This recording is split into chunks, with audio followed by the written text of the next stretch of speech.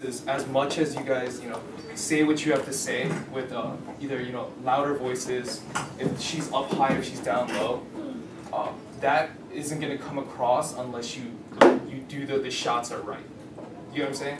So say in that scene where she was standing, can I get who are the two people that were standing and sitting? So if I'm here and I'm shooting this scene, right, and then she's up and he's down, but I shoot it, if I shot the scene like this, where you just see her face, so like this, and then you see his face like this, you can't really tell that she's above him, right? Yeah. So you wouldn't be able to tell. So maybe you want to shoot the scene from here, and then you want to shoot his scene from here. You know what I'm saying? So use your hands. It makes a little frame to see where it is. You can see. So the biggest difference between seeing this, it makes it see like she's up high. She can see the ceiling. Closer. And if any, even if she is even if she's not that high, it makes it look like she is. You know what I'm saying? Right, exactly. When you are shooting, do you guys remember the film you were seeing before class started with the Sicilian and it's from The Princess Bride. Yeah. Yeah. When they got more serious, what happened in the film? What happened to the shots? Okay, so pretend like the two cups are right here and then they have the poison in them, right? So when they're just normally talking, right? Where was the shot? I mean, like, where was the camera taking the picture from? Oh, in front of their face? Right. It wasn't like right up in front of their face, right? If you look at the film, it was like this. They're like that. Right, exactly. So you can see the back of the person's head, correct? So then, this is normal conversation shooting. You can shoot it like this when that person's talking, and then again, shoot it like this when that person's talking. When it's just normal talking, right? But when the Sicilians started getting excited and started getting really, loud, what happened to the camera? It got closer, exactly. So we come from here, right? And it comes up close, right? And what does that do? What does that do to you when you were watching it? It makes you think who's talking, who has the position. Right, exactly. And it's like the perfect shot because then you could see that the other person was actually listening. He wasn't going, oh. Right. So exactly. So the initial conversation, the beginning of the conversation, you can tell that they're talking together about whatever's going on, right? But then when the person gets more intense, right? You guys just saw that, like how people can talk with more intensity or louder. The shot came up close to show that.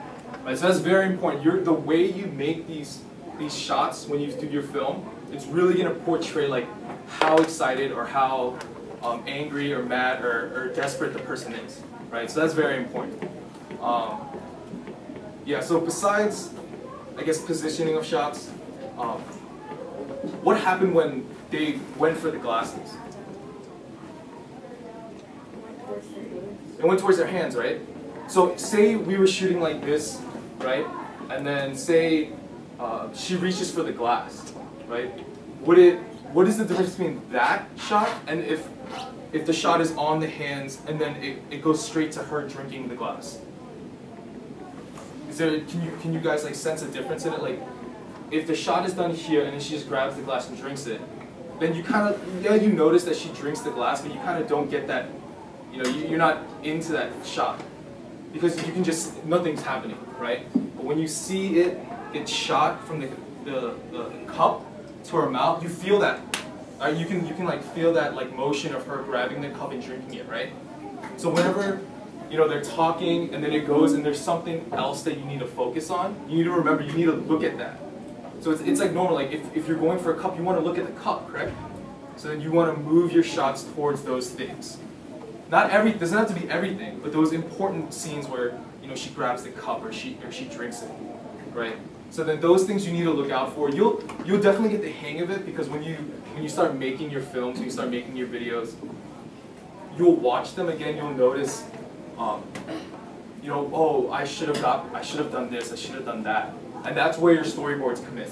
Your storyboards are very important so that you follow your storyboards and you see what you want to film, correct, in the beginning, okay? And then, this is a little more technical, but we'll get into this a little bit. Say, if I'm shooting this scene again, this talking scene, right? Can I get a cameraman up here? Who hasn't been up here?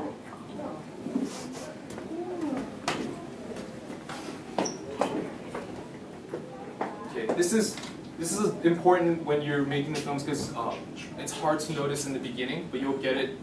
You'll notice it later. So pretend like you're shooting, right? Okay, so you can see that she's in the shot, he's in the shot, he's talking, right? Now say I'm a bright light. Right? I'm like one of these ceiling lights, right? And I'm like this, and I'm shining all the light down like this, right? What do you think it's gonna look like on his side? Very bright in the back, right?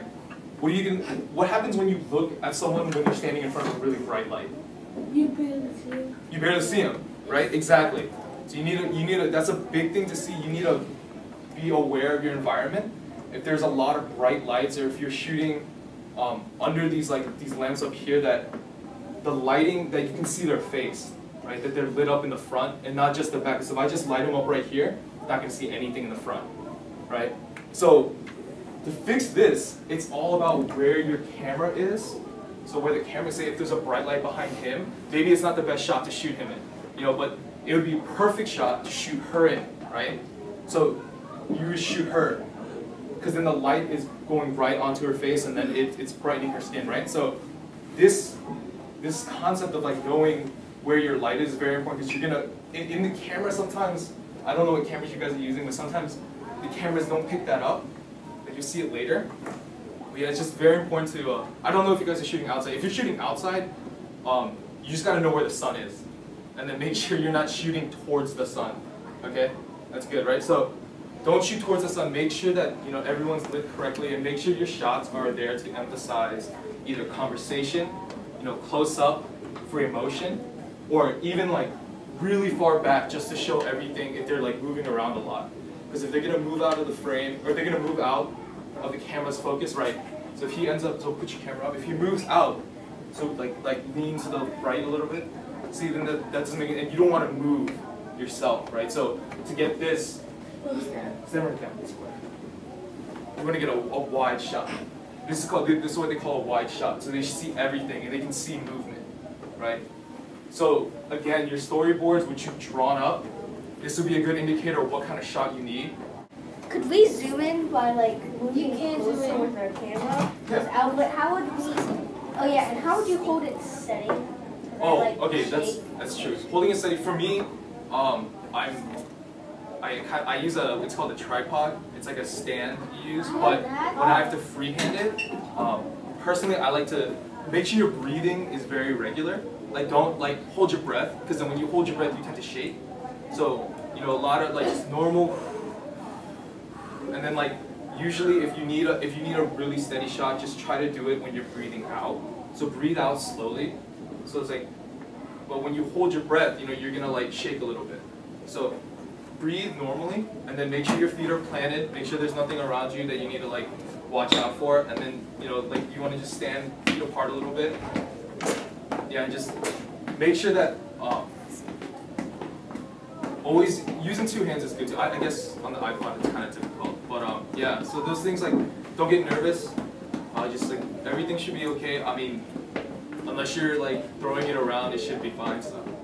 What happens if you in the movies when they have a dark, it's nighttime and they're sneaking up? How do they shoot that on camera? Well, it's surprising, but even in those shots, there's a little bit of light. They use these. They're called reflectors. So gigantic, have you guys seen them? Yeah. So they'll never use the light directly. It's too intense. So they'll reflect light. So when you see if you've ever shot something at night, you'll notice your eyes can still see things, but your camera, it's pitch black, right? Because it's not advanced enough. So they'll use very, very, very small amounts of light, and there's a lot of other technical things, but I know that they use very small amounts of light so that it looks like what your eyes can see at night, because we can naturally see things at night because of just our eyes are built like that.